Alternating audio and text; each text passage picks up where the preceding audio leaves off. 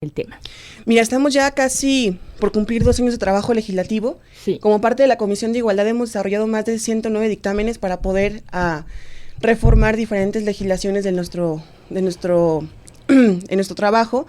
Y te podré platicar rápidamente, por ejemplo, una servidora presentó hasta el momento 26 iniciativas. La mayoría de ellas van en relación con la protección de los derechos de las niñas y las mujeres en nuestro país. Una de ellas fue aprobada ya en la Cámara, se encuentra en el Senado en dictamen. Es una reforma que modifica la Ley General de Acceso y el Código Nacional de Procedimientos Penales. ¿Esto para qué? Para la protección de las mujeres que sufren víctimas de violencia y tienen una orden de protección. Sí. Actualmente una orden de protección como las que se emiten aquí en Jalisco tienen una durabilidad de 72 horas. Y la víctima, nada más. así es, y la víctima debe regresar cada 3 días para renovar ese documento.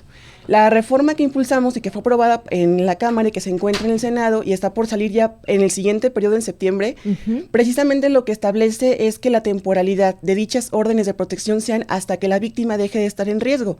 Esto para evitar la revictimización de las víctimas y sobre todo para asegurar su protección. Hay mucho trabajo pendiente. Creo que en materia de la protección de las mujeres que sufren violencia feminicida y que en el país diariamente asciende a 7 mujeres asesinadas por delito de feminicidio, falta la actuación, sobre todo de los gobiernos locales y los gobiernos municipales. Sí. En ese sentido, ¿qué le corresponde a las fiscalías? Bueno, notificar a tiempo y de la manera correcta al agresor que tiene limitada su acercamiento hacia la víctima. Y en ese sentido, a los gobiernos locales, la seguridad pública municipal, tener un registro de las órdenes de protección, monitorear a las víctimas de violencia, porque muchas veces estas personas que son agresores regresan siempre por ellas. Si tú revisas la estadística nacional, casi el 80% de las mujeres que fueron asesinadas por el delito de feminicidio acudieron a alguna instancia a solicitar ayuda, pero no hubo un seguimiento o no hubo un monitoreo. Esto ya próximamente será una realidad en todo el país y esos documentos de órdenes de protección tendrán que durar hasta que la víctima deje de estar en riesgo. No solamente las 72 horas como es lo actual, ¿no? Lo vigente. Efectivamente, hasta que se analice cada expediente de cada una de las diferentes víctimas y se establezca la temporalidad hasta que ella deje de estar en riesgo. Es un gran avance porque de esa manera no revictimizamos a las mujeres que sufren este tipo de violencia. Quiero platicarte también, Pati, que impulsamos desde el año pasado una iniciativa que reforma el Código Civil Federal en relación con matrimonio infantil. Hoy, por ejemplo, vemos año con año que más de 500,000 nacimientos se dan precisamente en mujeres menores de 18 años. Y si revisamos las niñas que tienen bebés, estamos hablando de más de 10,000 casos al año entre niñas de 10 y 14 años. Una niña de 10 años no se embaraza. Una niña de 10 años fue abusada sexualmente en su casa. Eso es un tema muy importante, las niñas que son madres, que si vemos trabajos periodísticos de investigación, pues es alta la cifra, desgraciadamente, en todo México, aquí en Jalisco no es la excepción, y eso es lo que se busca hacer entonces, reformar este Código Civil para que se prohíban los matrimonios. ¿Esto en qué va, cómo va avanzando? Está trabajándose ya en la Comisión de Justicia el dictamen. Esperamos que el siguiente periodo ordinario que iniciamos en septiembre salga ya el dictamen, se apruebe en la Cámara, se mande al Senado y pueda salir en el mismo tiempo, en el periodo de septiembre a diciembre. ¿Por qué es tan urgente esta reforma? Porque no podemos seguir conminando a nuestras niñas a un matrimonio forzado, porque no son uniones consensuadas, son matrimonios arreglados, en muchos casos en las comunidades indígenas, o incluso son matrimonios forzados porque las niñas no están en pleno conocimiento de sus derechos o de tomar esa decisión. Hoy, por ejemplo, hablamos mucho y hay una campaña nacional desde el año pasado con los congresos locales.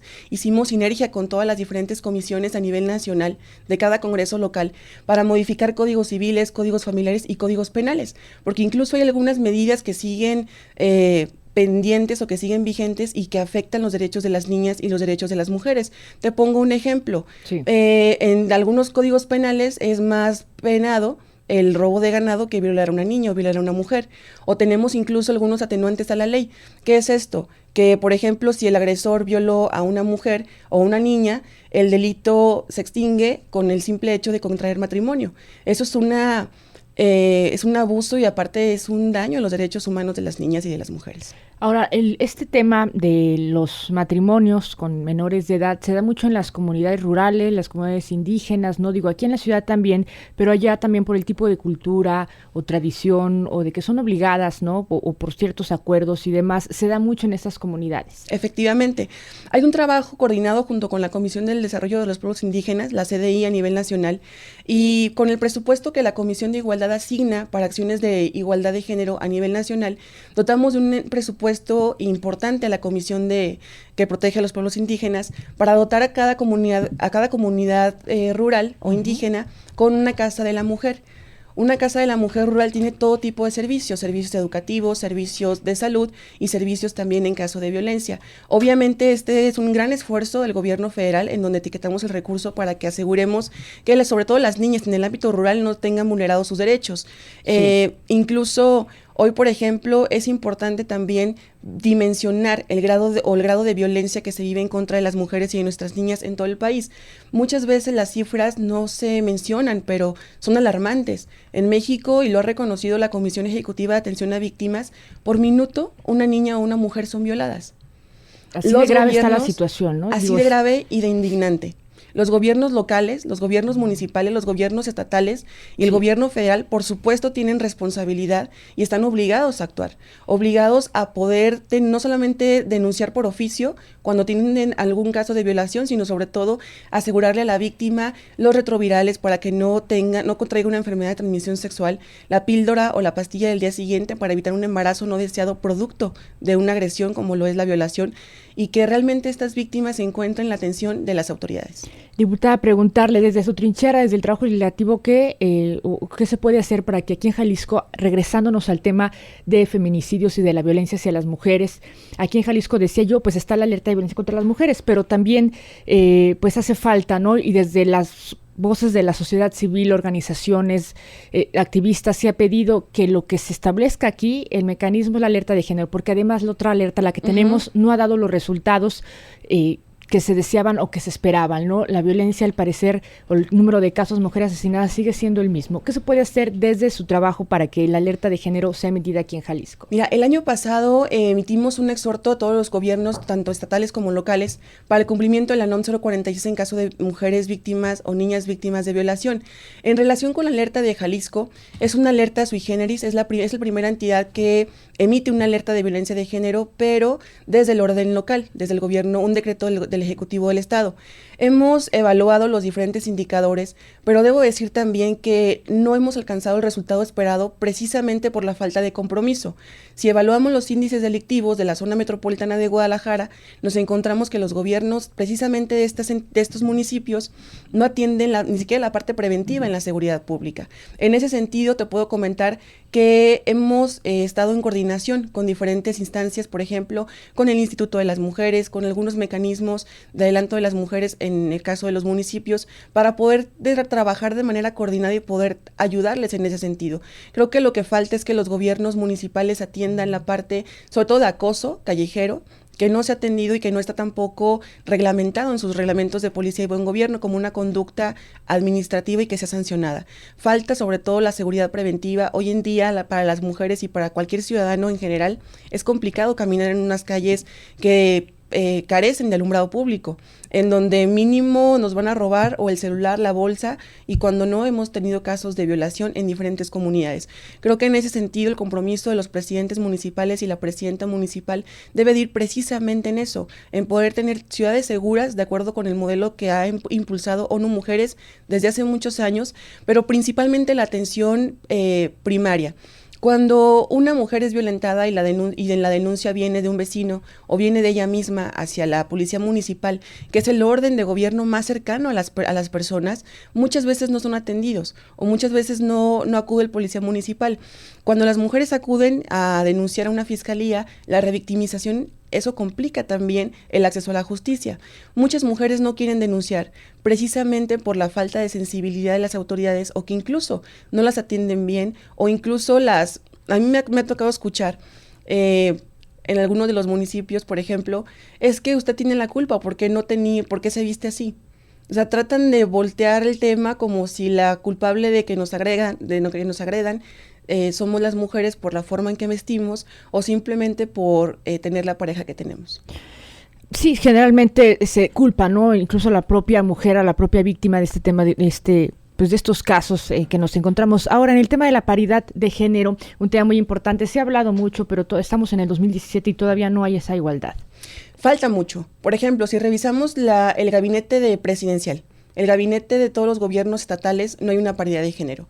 Tenemos, si acaso, 1 o 2 secretarias, en secretarías que son comunes al trabajo con la familia, como el DIF o como incluso desarrollo social. Si revisamos, por ejemplo, el Poder Judicial de la Federación, la Suprema Corte de Justicia, de los 11 ministros, únicamente 2 son mujeres. La paridad está inacabada, la paridad no ha llegado a todos los órganos, ni siquiera al Consejo General del INE, que ha sido una discusión y que fue una discusión del año pasado cuando nombramos a los diferentes consejeros y, consejero y consejeras que integraron esa terna. ¿Qué falta en materia de paridad? No solamente incorporarla ya como una obligación al Poder Judicial, sino también el poder avanzar en el gabinete, en los gabinetes, en los diferentes ayuntamientos, en los gabinetes, en los gobiernos estatales y en los gabinetes presidenciales. Hemos detectado también en muchas ocasiones que los partidos políticos siguen resistiéndose a la paridad. Con el argumento de que no hay mujeres cuando principalmente las mujeres somos las que participamos en cualquier partido político. Cabe destacar que independientemente de que ahorita se encuentre una controversia constitucional presentada por el Partido Verde de aquí de Jalisco ante la Suprema Corte, en relación con la reforma política que se aprobó hace unos meses aquí en Jalisco, que abona o incluye no solamente la parte de recurso de presupuesto público para partidos, sino también la reforma al artículo 73 de la Constitución de Jalisco para asegurar la paridad en candidaturas a presidentas municipales. Independientemente de que la Corte resuelva no a tiempo esa controversia, los partidos políticos en Jalisco están obligados a postular a sus mujeres 50-50 para cargos de presidencias municipales. Bien, pues ahí está la diputada federal Laura Nereida Plasencia, que esta mañana nos visita aquí en cabina, y también preguntarle, maneja cuenta de Twitter, porque ahí está también la cercanía, ¿no? Así es. Con los ciudadanos. Es @LNPlasencia, ahí nos pueden seguir, y en las cuentas oficiales de Facebook. Quiero darte un adelanto.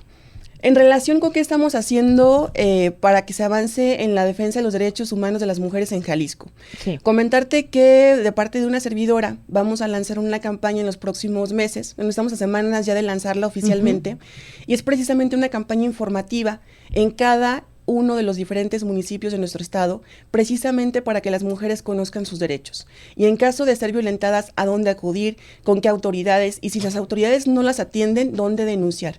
Porque también debe quedar claro, cualquier servidor público que no atienda con la debida diligencia y con la debida urgencia que amerita en estos casos, debe ser sancionado y separado de los cargos.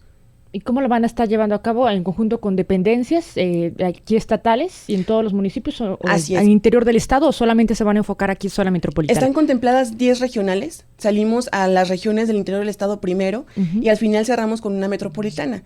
Estamos convocando a todas las mujeres en general, de todos los diferentes municipios, no va enfocado únicamente a las que participamos en política, porque tenemos que llegar a las amas de casa, a las mujeres de cada comunidad, a las mujeres que están en la Asociación de Padres de Familia, en cada rincón de nuestro estado, con esta campaña informativa, precisamente para primero evidenciar o visibilizar que tienen derechos humanos y que ninguna autoridad y ninguna persona puede violentarlos. Y en caso de que se violenten esos derechos, hay instancias a donde acudir, y en caso de que acudan y no sean atendidas, pueden denunciar.